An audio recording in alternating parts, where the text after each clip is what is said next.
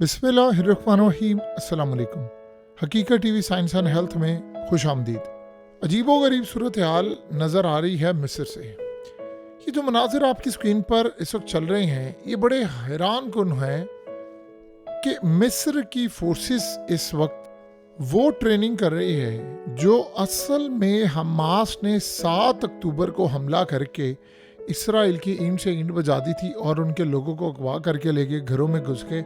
ये असल में मिस्र के पैरा ट्रूपर्स जो हैं ये इन्होंने रिसेंटली बड़ी इंटेंस, बहुत ही ज़्यादा रिसेंटली इंटेंस ट्रेनिंग की है, एक्सरसाइज की है। यानी एयरक्राफ्ट से उन्होंने जंप किया है और उसके बाद ग्लाइडर्स, और आप सब देख सकते हैं एग्जैक्टली इसी पैटर्न पर हमास ने काम ये किया था कि वो जा तो नहीं सकते थे इसराइल में, वो आए, वो उड़े, वो इसराइल में उन्होंने लैंड किया, लोगों को उठाया, अगवा किया और चले गए। और उसके बाद ये तारीख का बदतरीन हमला था और ये वाहिद वो तरीका था जिसमें वो इसराइल के खिलाफ एक काम करने में कामयाब हुए। अब हुआ ये है कि मिस्र ने अपनी फ़ौज को मुकम्मल तौर पर हाई अलर्ट कर दिया और वो ट्रेनिंग करना शुरू कर दी। इस ट्रेनिंग के बाद सबसे ज़्यादा हैरान कुन तौर पर आप देखेंगे तो इसराइल बरहम है। वो कह रहे हैं कि हमला करने के लिए जा रहे हैं। अब आप ज़रा इन सारी सूरत हाल का जायज़ा लें। जो शख्स आपकी स्क्रीन पर आ रहा है इसका नाम है मुस्तफ़ा बकरी। ये बेसिकली मिस्र की पार्लियामेंट का मेंबर है और जनरल सीसी का राइट हैंड है। सीसी ने जब कोई बात कहना होती है, ये असल में जर्नलिस्ट भी है और उनकी पार्लियामेंट का रुकन भी है। जब कोई सीसी ने बात कहनी होती है तो वो इसको या इस तरह के लोगों को आगे करता है और उनके थ्रू बयान दिलवाता है।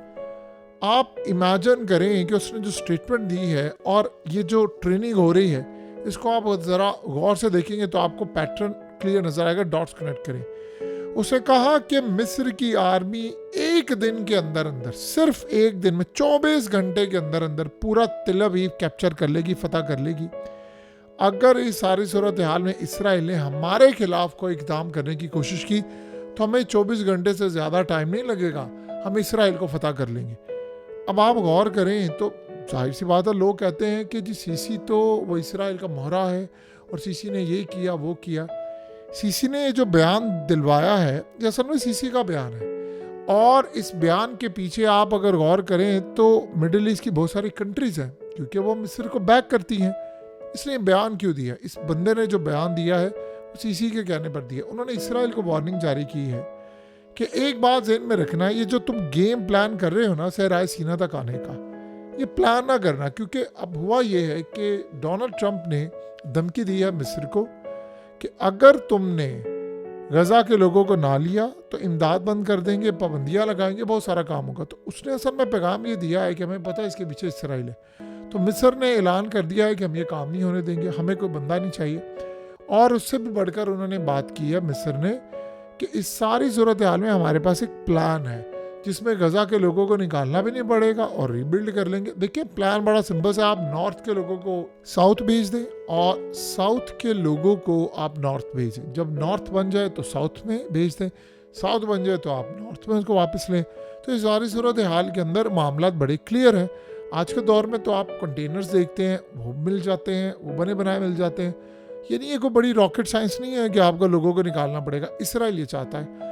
अब असल में इसराइल ने मिस्र को भी धमकी दी है कि उसका जो प्लान है वो ये है कि मिस्र भी लेना है, उन्होंने जॉर्डन भी लेना है, उन्होंने 8 ममालिक लेने हैं। तो अब मिस्र ने काम ये शुरू किया है कि उन्होंने सख्त ट्रेनिंग कर दी है, वो अपनी फ़ौजों को ले आए हैं बिल्कुल बॉर्डर पर। उन्होंने कहा है कि अब ये बयान जो आ गया है कि अगर इसराइल ने ये काम करने की कोशिश की, ये बात आप जहन में रखिएगा, राफेल तैयारे जो हैं वो मिस्र के पास मौजूद हैं। तो मिस्र का जो एयर डिफेंस सिस्टम है वो बहुत स्ट्रॉन्ग है, वो हमास जैसा नहीं है, वो बहुत स्ट्रॉन्ग है, प्रॉपर एक आर्मी है। वो अलग बात है कि आप ये सोचे वो अमेरिका के साथ, भारत के साथ, वो दुनिया की बड़ी ताकतवर फोर्सेस के साथ, इवन के यूरोपियन फोर्सेस के साथ, नेटो के अफवाज के साथ वो जी खासी ट्रेनिंग करते हैं। तो लिहाजा इस सारी सूरत हाल में जब ये मामला सामने आएगा, जब इनको लगेगा, देखिए आप अपना मोहरा भी बिठाया हो, जब आपके हुक्म की वो खिलाफ वर्जी कर दे तो फिर आप उसका रास्ता भी हटा सकते हैं। तो इस वक्त उनको ये लग रहा है कि सीसी अब ये काम नहीं कर रहा तो सीसी हमारे हुक्म की खिलाफ वर्जी कर रहा है।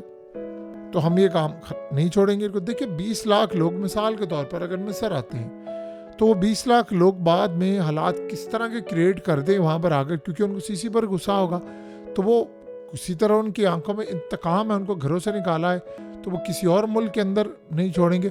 जाहिर सी बात है जो लोग आप निकालेंगे लट से किसी को तो आप जंग करके निकालेंगे तो ये इतनी आसानी के साथ होने नहीं वाला, तो पूरी दुनिया की नफरत उस मुल्क के लिए भी होगी और 2 अरब मुसलमान उस मुल्क को तो नहीं छोड़ेंगे।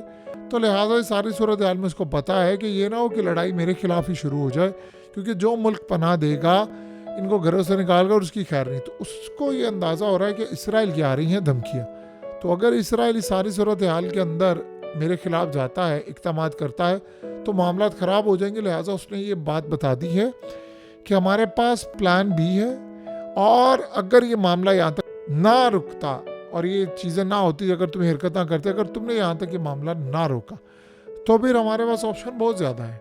अगर हमने हमास को चीज़ें सप्लाई करना शुरू कर दी तो तेल अवीव तक वो एक दिन में पहुँच जाएंगी। अगर मिसाल के तौर पर देखिए, एक बात आप ज़हन में रखिएगा, हमास के खिलाफ है इस वक्त मिस्र, लेकिन जब अगर आपको पता चल जाए कि आप ही की फ़ौज को उड़ाने की कोशिश है, आप ही के मुल्क को कब्जा करने की कोशिश है, तो वो ये सारे मामला आगे बढ़कर चलाएंगे और वो किसी को किसी वक्त भी सपोर्ट कर सकते हैं।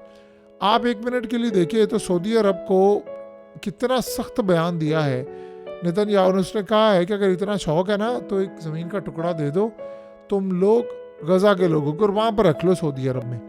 तो उन्होंने आगे से बात कही है, पूरे का पूरा आप देखिए अरब ममालिक और इस्लामिक कंट्रीज़, उन्होंने सऊदी अरब ने एक पैगाम सबको दिया है। तो उन्होंने कह दिया है कि हम इसराइल के ख़िलाफ़ शदीद हद तक मज़म्मत करते हैं, गजा के लोगों को बाहर निकालने नहीं देंगे। और ऐसा लग रहा है कि नेतन्याहू का जो दिमाग में प्लान बैठा हुआ था, अगर कोई मुल्क नहीं लेगा तो उसको सऊदी अरब भेजो, वहाँ पर तो लैंड ही बहुत बड़ा है, तो लिहाजा इस सारी सूरत हाल के अंदर ये मामला हो जाएगा। ये बात अब हजम नहीं हो पा रही किसी से, और मिस्र ने आज इनको वार्न कर दिया है कि हमारे पास राफेल से लेकर सब कुछ है, हम ये ओवरटेक कर लेंगे। अब ये जो ट्रेनिंग हुई है ये एग्जैक्टली इसी तर्ज की हुई है जो हमास ट्रेनिंग करते थे और उन्होंने काम किया था। तो ये बात तो बड़ी यानी तशवीश के लिए इसराइल के लिए, क्योंकि वो ये हमला रोक नहीं पाए थे और ये बात उनको हजम नहीं हो पा रही कि हुआ क्या है, हमने काम क्यों किया। लिहाजा इस सारी सूरत हाल में एक बात बड़ी क्लियर है कि मिस्र की फ़ौजों ने इस वक्त इसराइल को जो वार्निंग जारी की, उनके कानों से धुआं निकल गया है और उनको ये बात अच्छी तरह पता है कि वार्निंग सीसी की जानिब से आई है, ये कोई और वार्निंग नहीं आई। ये जो इनके मेंबर ऑफ पार्लियामेंट ने आकर हमें धमकी दी है, ये सब में पूरे का पूरा प्लान वो बना चुके हैं, उनके दिमाग में प्लान है कि वो किस तरह तेल अवीव तक जा सकते। देखिए आप अगर हमास को सपोर्ट कर दें तो तेल अवीव तक तो वो इजीली चले जाएंगे। इसराइल पे तो आप देखिए ना, वो रुकने का नाम नहीं ले रहा, यानी उसके दिमाग में चीज़ बैठी है कि मैंने सहराए सीना तक जाना है, बार बार वो बॉर्डर पर आ रहा है और ये बात मिस्र को अच्छी तरह पता है। आज अगर हम यहाँ पर किसी ज़रूरत स्टैंड ना लिया तो मिस्र गया, मिस्र हाथ से निकल जाएगा। और ये बात आप ज़हन में रखिएगा, बशारुल असद को रास्ते से हटाने के लिए जुलानी को वो लेकर आए, तो वो सीसी को हटाने के लिए क्या मिस्र के अंदर कोई और काम नहीं कर सकते? बिल्कुल कर सकते हैं, और जॉर्डन में ही काम कर सकते हैं। और ऐसा लग रहा है कि जो मिस्र की इंटेलिजेंस है उनको बहुत सारी चीज़ों का पता है।